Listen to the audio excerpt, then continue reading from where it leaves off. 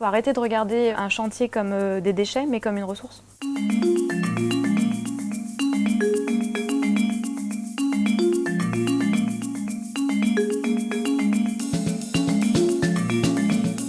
C'est une opération, on va dire, test pour la déconstruction et le réemploi des matériaux, principalement sur site.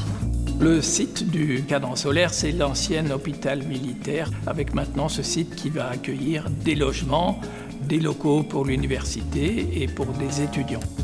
C'est aussi un des éléments de la polarité nord-est qui est en train de s'élaborer.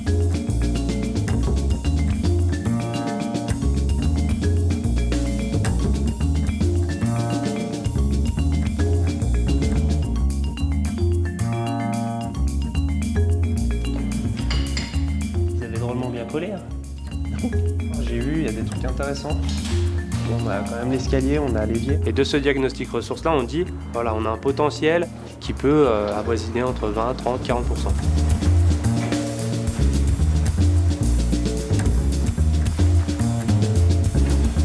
Il y a un certain nombre de choses qui peuvent être démontées proprement et qui trouvent immédiatement preneur. Donc Batitech nous sert à expérimenter ça. Les luminaires sont très jolis, donc on vient en rechercher, et puis il faut aussi que je regarde d'autres choses.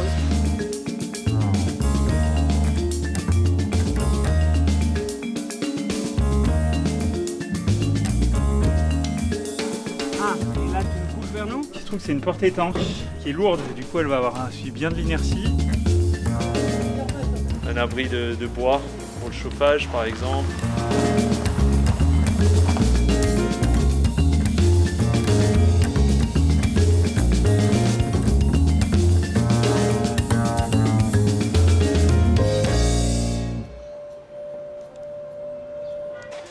Les magasins proposent tout, donc on ne fait plus.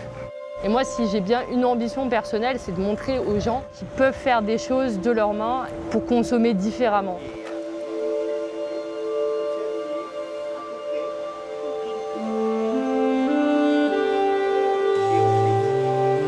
Nous avons mobilisé tous les acteurs du territoire, maîtrise d'ouvrage public dans un premier temps. Ils peuvent impulser le changement par le haut. Le rôle de la métropole, c'est d'emmener les populations à une autre forme de consommation.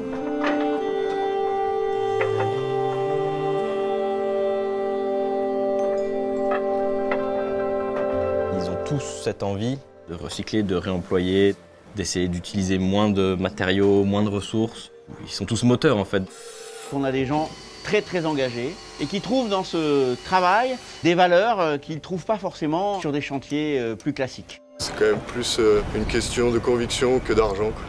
L'innovation de ce chantier, elle va forcément avec la transition, qu'elle soit énergétique, climatique, à la fois sociale aussi. C'est des projets qui se font à plusieurs pour penser et inventer en fait des nouveaux modèles.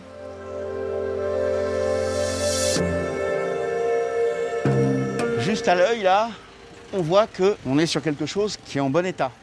Sur le bois, on est dans une situation qui est un peu particulière, c'est qu'aujourd'hui il y a une pénurie de matériaux. Donc on ne sait pas encore quelle incidence ça peut avoir. Bénéfique pour le réemploi pour le coup. Donc ici on a 2 pelles sur la fin du bâtiment 3.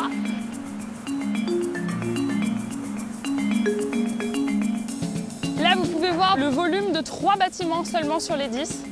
Ces blocs là ont été préalablement broyés.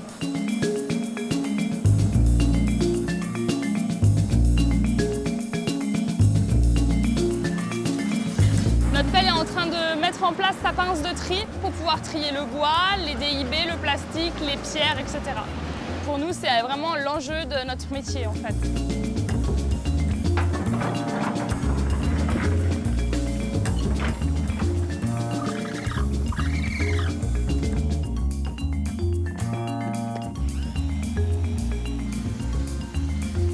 C'est un préau des matériaux qui va un peu servir de ressourcerie dans les déchetteries.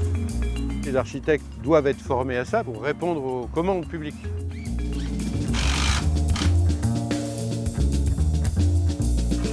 Il y a une génération d'ingénieurs, d'architectes pousse à aller beaucoup plus loin dans une construction zéro déchet, zéro carbone. Et il faut aussi que les cadres réglementaires s'ajustent à ça.